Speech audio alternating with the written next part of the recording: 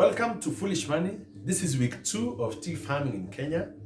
In this week, we're going to teach you about the good agricultural practices that tea requires. Tea, by the way, is a tree that can grow to 20 to 30 meters if left untouched. It has been commercially exploited for a long while. And on average, a tea bush can give you 3.5 kg per year. So let's talk about what tea requires in your farm. So tea requires, for number one, the rainfall of about 1200 to 2000 that is widely distributed throughout the year.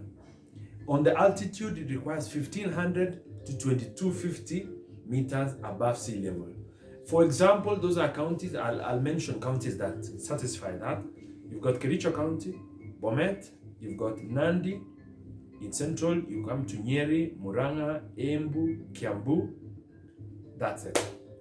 When you talk about the soil that tea requires is the red volcanic soil that is very humid and is well drained. It requires a pH of about 4 to 5. So that's it, guys. So you now need to ask yourself whether your farm can satisfy that. And you need that so that you can get very, very good yield from your farm.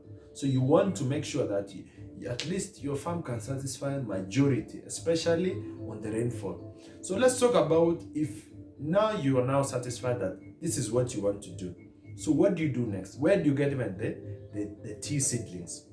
So for your information, tea doesn't actually, you're not given. They're not like maize where you've got the seeds. Tea is grafted. So that means that you go and buy from another, you can either buy from another tea farmer or you can buy from the government. And the government has very, very good centers. There's a parastatal called KALRO. And I'll repeat again, KALRO, KALRO. And KALRO has an institute under it called the Tea Research Institute. So I would suggest to anyone who wants to start tea farming, that should be your starting point. You can go to Tea Research Institute in Kericho County, or you can go to Tea Research Institute in Kerugoya. They have 4 species that they have introduced, and I'll mention them by code. You can write this down, TRFK 306. That's the purple tea. If you've been interested in tea farming, then I guess you're aware about that. Then you've got the TRFK 704-2. This is a green leaf that is low in caffeine, that's high yielding, and is drought, frost, and pest tolerant. Then you've got the TRFK 371-8. That one is high yielding and it is good for machine harvesting.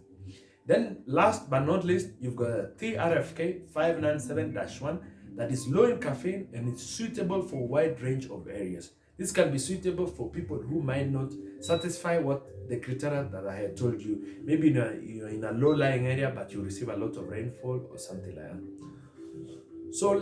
So here you are, you've now gone to the government and you have found out you bought the tree seedlings. Then after that, you're now on your farm. Then you're planted. So after planting, you'll need 3 years for the crop to mature. After 3 years, that's when you're now able to now start plucking and harvest it.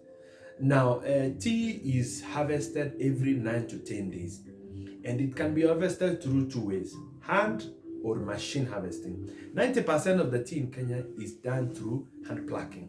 That means that you'll employ somebody, a manual laborer, to go and pluck tea for you. And tea is plucked. The most common is the three leaf method. Then you've got the bud, and then you've got 3 shoots over here. You've got the small bud here, and then you've got the 3 shoots over here. So that is the most common, and that is what most tea factories will request from you. Now, if you decide to do machine harvesting, there are now products in the market that can help you with that. And for your information, when you look at the total cost of a tea farmer, more than 50% is just for the plucking costs. So it would be very, very interesting for everybody to try and go into machine harvesting. So this is what we have for you today. In our next video, we'll talk about the economics of tea farming. Thank you so much for watching and see you next time.